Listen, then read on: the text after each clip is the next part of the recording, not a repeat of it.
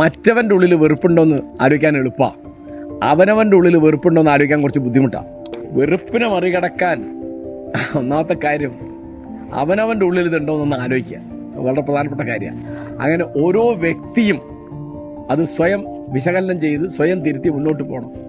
നമുക്കിപ്പോൾ നമ്മുടെ പാർട്ടിക്കാരനോ ജാതിക്കാരനോ മതക്കാരനോ ഭാഷക്കാരനോ അല്ല എന്നുള്ള നിലയ്ക്ക് ഒരാളോട് അകലമുണ്ടോ എന്ന് നോക്കണം.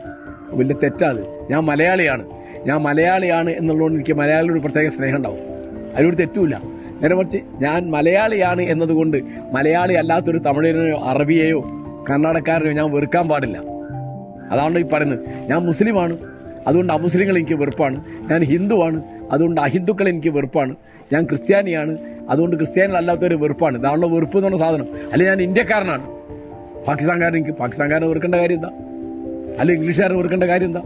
അല്ലെങ്കിൽ സൗദി അറേബ്യക്കാരനെ വെറുക്കേണ്ട കാര്യം എന്താ? അപ്പോൾ ദേശീയത എന്ന് പറയുന്നത് വെറുപ്പിലല്ല നിൽക്കുന്നത്, അത് സ്നേഹത്തിൽ തന്നെയാണ് നിൽക്കുന്നത്. നമ്മൾ അഖില ലോക മനുഷ്യരെ മനസ്സിലാക്കുകയും ആ കൂട്ടത്തിൽ തീർച്ചയായിട്ടും നമുക്ക് ഇന്ത്യക്കാരെന്നുള്ളൊരു പ്രത്യേക സ്നേഹം ഉണ്ട്, അതിലൊരു തെറ്റുമില്ല. ആ സ്നേഹത്തിനല്ല വെറുപ്പ് എന്ന് പറയുന്നത്. ഇന്ത്യക്കാരനല്ല എന്നുള്ള വകയിൽ നമ്മൾ ബംഗ്ലാദേശിയെ വെറുക്കുന്നു, മോശ. മലയാളി അല്ല എന്നുള്ള നമ്മൾ ഹിന്ദിക്കാരനെ വെറുക്കുന്നു, മോശമാണ്. മലയാളിയോട് സ്നേഹം ഉണ്ടാവും അതിനെന്ത്? അപ്പം അതുകൊണ്ട് ഓരോ വ്യക്തിയും സ്വയം വിചാരണ ചെയ്യേണ്ടതാണ്. നിങ്ങൾ പ്രസംഗിച്ചിട്ടും ലേഖനം എഴുതിയിട്ടൊന്നും കാര്യമില്ല.